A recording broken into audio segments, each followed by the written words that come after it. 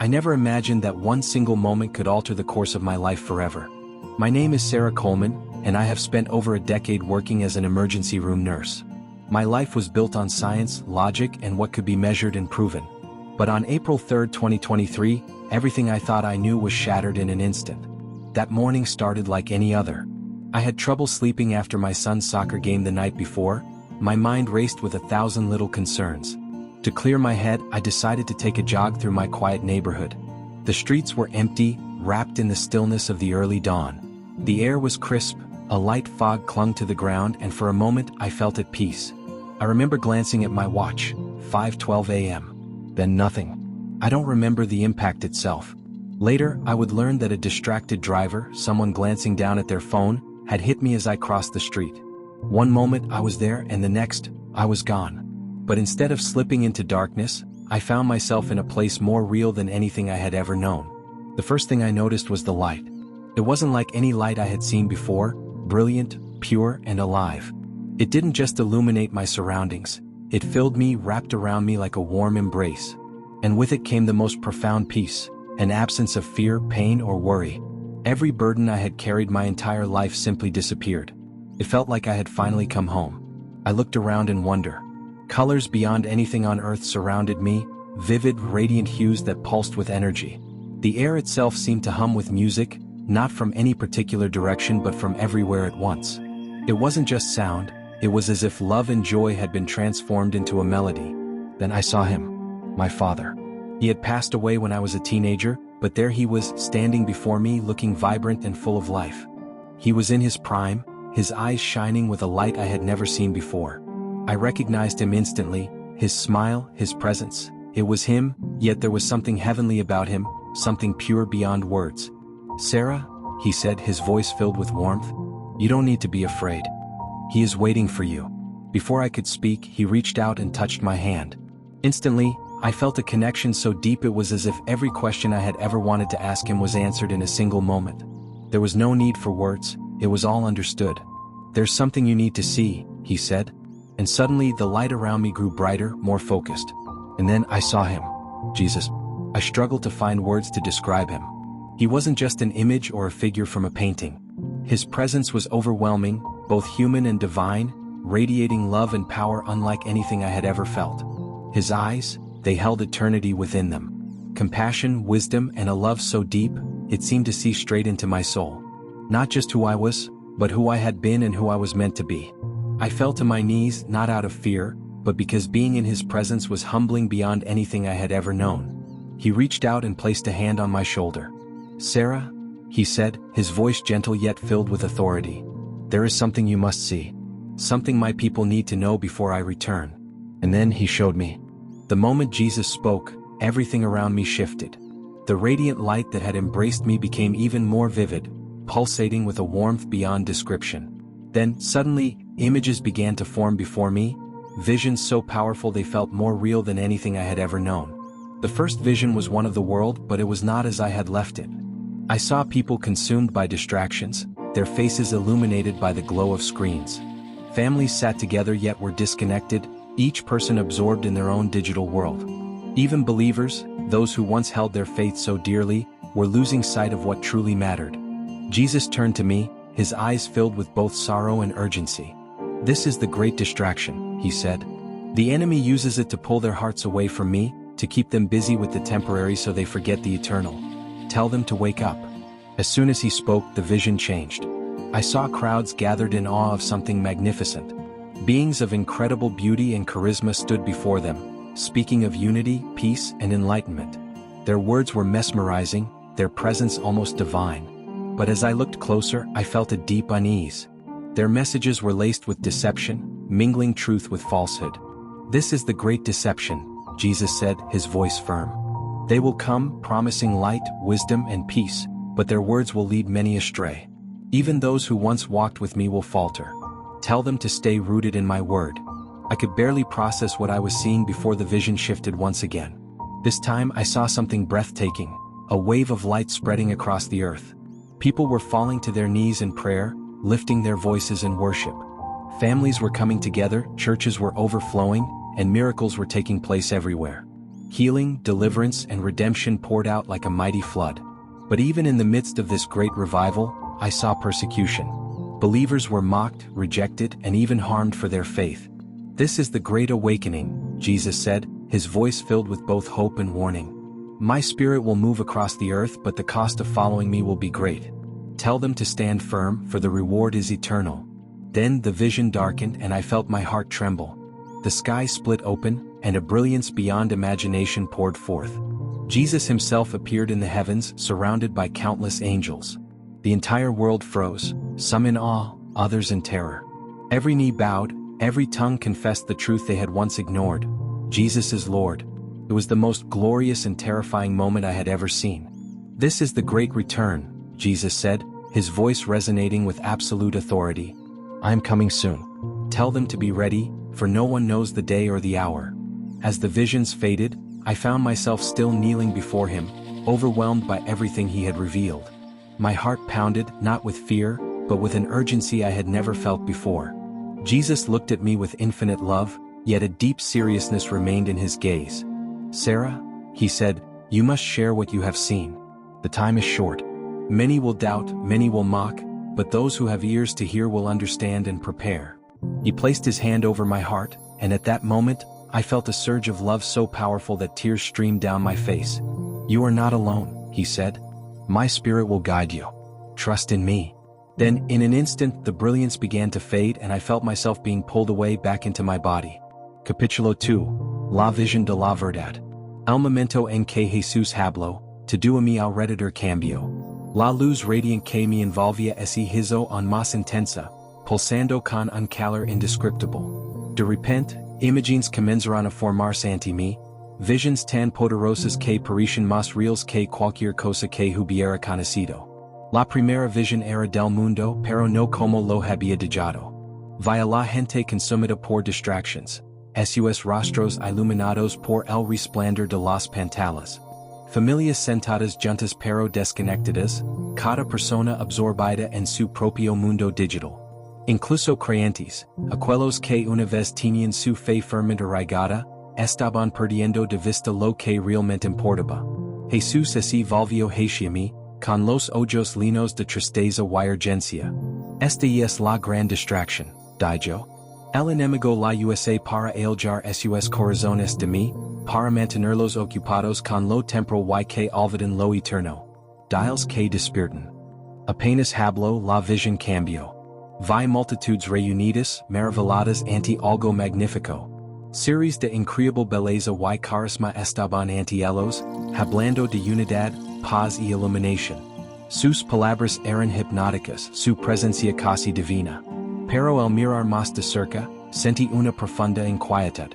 Sus mensajes estaban impregnados de engaño, mezclando verdad con falsedad. Este es el gran engaño, dijo Jesús con firmeza. Vendrán prometiendo luz, sabiduría y paz, pero sus palabras desviaron a muchos. Incluso aquellos que una vez caminaron conmigo tropezarán. Diles que permanezcan firmes en mi palabra. Apenas pude procesar lo que estaba viendo antes de que la visión cambiara nuevamente. Esta vez, six algo asombroso, una ola de luz extendiéndose por toda la tierra. La gente caía de rodillas en oración, levantando sus voces en adoración. Familias reunidas, iglesias desbordantes, y milagros ocurriendo por todas partes. Sanations, liberaciones y redención fluían como un torrente imparable. Pero incluso en medio de este gran avivamiento, six persecución. Los creyentes eran burlados, rechazados y incluso lastimados por su fe. Este es el gran déspota, dijo Jesús con una. The moment I returned to my body, I felt the weight of my physical form again, the ache in my chest, the burning in my lungs, and the sheer exhaustion of being pulled back into this world. The paramedics were shouting, their faces filled with disbelief. She's back, one of them exclaimed, and I could feel hands pressing against my body, checking for signs of life. But I already knew I was alive again, and I had a mission. In the days following my miraculous survival, I struggled to put my experience into words. How do you tell people that you stood in the presence of Jesus? That you saw visions of the future? That you were given a message to share? Some would believe, others would not. And yet, I knew in my heart that this message wasn't just for me. It was meant for the world. Lying in the hospital bed, I replayed every detail of what I had seen. The great distraction pulling people away from God with endless noise. The great deception, leading even believers astray. The great awakening where faith would be reignited but at a cost. And finally, the great return, the moment when every knee would bow before him. The urgency of his words rang in my soul. As I recovered, I began to share my story cautiously. First with close friends and family. Some listened in awe, their eyes wide with wonder. Others hesitated, unsure whether to believe me. And then there were those who dismissed it entirely, chalking it up to trauma or hallucination. But I had no doubt. I had been there. I had seen the truth. One evening, as I sat alone in my hospital room, staring out at the city lights, I whispered a simple prayer. Lord, what do I do now? A warmth flooded my chest, the same presence I had felt in that radiant place. And I heard the answer, not in words but in my heart. Speak. Tell them. They must know. Leaving the hospital was like stepping into a world that no longer felt the same. Everything around me looked familiar, yet I felt like a stranger in my own life. The noise of the city, the hum of conversations, the constant distraction of everyday life, it all seemed distant compared to what I had experienced. My body had healed far quicker than the doctors had expected. They called it a medical mystery. But I knew better. It was a miracle, a divine intervention. Still, as I walked through my front door, I was met with doubt, not just from others but from within myself. How could I possibly share what I had seen? Who would believe me? The first test of my faith came that very night. As I lay in bed, staring at the ceiling, my heart pounded with anxiety. I had been given a message from Jesus himself, yet I hesitated. Would my voice even matter? Would I be ridiculed? Then, in the stillness of the night, I felt it again, that warmth, that peace. And a whisper, not in my ears but in my soul. Trust in me. Speak. I will guide you. The next morning I took my first step. I called my best friend Lisa. She had always been a woman of strong faith, someone I knew would listen with an open heart. As I spoke, I expected hesitation, maybe even disbelief. But instead she wept. Sarah, she said, her voice trembling, God chose you to see this. You can't keep it to yourself. People need to hear this. Her words gave me the courage I needed. Little by little, I began sharing my experience. At first, it was only with close friends. Then, with a small Bible study group. Some listened with awe, others with skepticism. But no matter how they responded, I knew one thing. I could no longer stay silent. But the enemy does not remain idle when the truth is spoken. The more I shared, the more resistance I faced. Some called me delusional. Others mocked me outright. Even those who once respected me began to distance themselves. One evening, after a particularly difficult conversation with an old colleague, I found myself sitting in my car, hands gripping the steering wheel, feeling completely alone. The doubt crept back in. Was I really strong enough for this? Then I remembered Jesus' words, many will doubt, many will mock, but those with ears to hear will understand and prepare. At that moment I realized, this wasn't about me. It never had been. It was about him. It was about those who needed to hear the truth. And so, I made a decision. I would not stop. I would not be silent. I would share the message no matter the cost.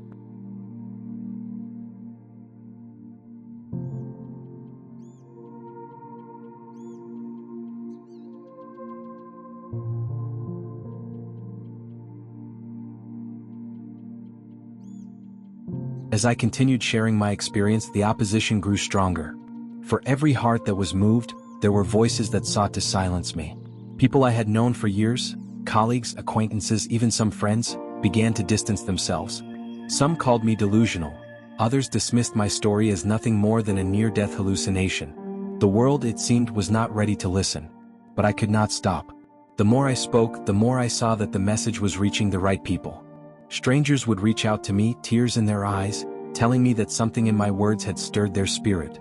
Some shared their own supernatural encounters, moments when they had felt the divine reaching into their lives. And yet, alongside the encouragement came the trials. The night after I had spoken at a church gathering, I found my car vandalized. Words like liar and crazy were scratched into the paint. My phone was flooded with anonymous messages, some filled with hatred, others mocking my faith. At first, fear gripped me. Was I really ready for this kind of persecution? Could I withstand it? Then I remembered what Jesus had shown me, the persecution that would come for those who stood for truth. And I felt his presence again, strengthening me. "You do not stand alone," his voice echoed in my heart. "Do not be afraid." With renewed courage, I pressed on. I began speaking in more churches, in small community gatherings, and even online. And with each step forward, I saw lives being changed. People were turning back to God, their hearts awakened from the distractions of the world.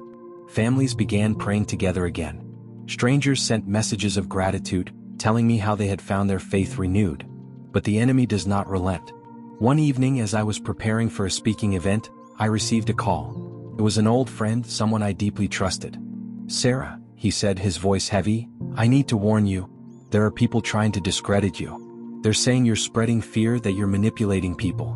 Some are even looking for ways to silence you. Be careful." I took a deep breath. I knew this was not just a physical battle, but a spiritual one. And I also knew that the truth would always face resistance. But I had made my choice. I would not back down.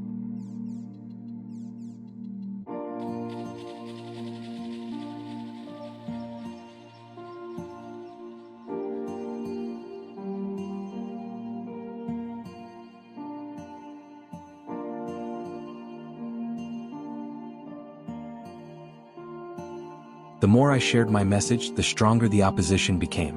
Every step forward seemed to bring a new challenge, a new wave of resistance. But just as the darkness tried to silence me, the light within me burned brighter.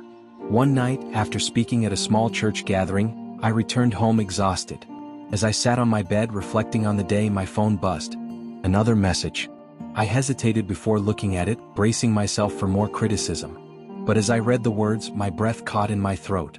"Sarah, I don't know if you'll read this, but I needed to reach out. I was lost. I had given up on life. But then I heard your story. Changed everything. I fell to my knees and prayed for the first time in years. Thank you. You saved me." Tears welled in my eyes. At that moment, every struggle, every moment of doubt felt worth it. This was why I had to keep going. But the enemy does not rest. The following week, I was invited to speak at a large congregation. I felt honored but also anxious. As I stood before the crowd, I felt the weight of every eye upon me. I took a deep breath and began to speak. I spoke of my experience, of the message Jesus had given me, of the urgency to turn back to Him before it was too late. Then from the back of the room a voice shouted, "Liar!" The word cut through the air like a knife. I paused, my heart pounding. More voices joined in. Some murmured in disagreement, while others nodded in support. The tension in the room was thick. I closed my eyes and took a steady breath. And then I felt it, peace, deep and unwavering. The same presence I had felt in that place of light. When I opened my eyes again, I wasn't afraid. "The truth will always be met with resistance," I said, my voice steady. But Jesus said, "Blessed are those who are persecuted for righteousness' sake, for theirs is the kingdom of heaven." I will not stop sharing what He showed me. Some in the audience stood in support. Others walked out. But in that moment, I knew this was my purpose. No matter the cost, I had to keep speaking. That night, as I prayed, I felt the presence of Jesus again, as strong as it had been in my vision. "You are never alone," His voice whispered in my heart. "My Spirit is with you. Keep going." The days that followed were filled with both trials and triumphs. For every door that closed, another opened. For every voice that spoke against me, there were others who stood beside me, ready to listen, ready to believe. The message was spreading, and I knew it was no longer just my story, it belonged to everyone who had ears to hear. One evening, as I was preparing for another gathering, I felt a deep stillness settle over me. It was different from anything I had felt before, a quiet urgency. As I knelt to pray, I heard the voice again, not loud, not forceful, but unmistakable. "Sarah, the time is near. Tell them. Tell them I am coming soon." Tears streamed down my face. I knew the world was not ready. People were still asleep in their distractions, still caught in the deception of the enemy. But I also knew that those who sought the truth would find it. And so, with renewed strength, I stood. That night, as I spoke to a gathering of believers, I didn't hold back. I told them everything, the visions, the warnings, the promises. I told them of Jesus' love and His call to return to Him. I told them that the time was short. Some listened with open hearts. Some wept. Others turned away, unwilling to face what was coming. But I had done what I was called to do. I had delivered the message. Now I leave it in your hands. If you are reading this, know that you are not here by accident. You were meant to hear this message. Jesus is coming soon. He is calling you to wake up, to turn away from the distractions of this world, and to seek Him with all your heart. Do not wait. Do not be deceived. The time is short. He is coming. Be ready.